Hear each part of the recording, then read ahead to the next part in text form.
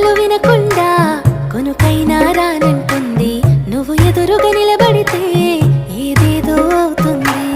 ఓ పలుకుల చిలకమ్మ నేను కోరిన ఈ జన్మ, మాట్లాడే సిరిబొమ్మ నా బతుకం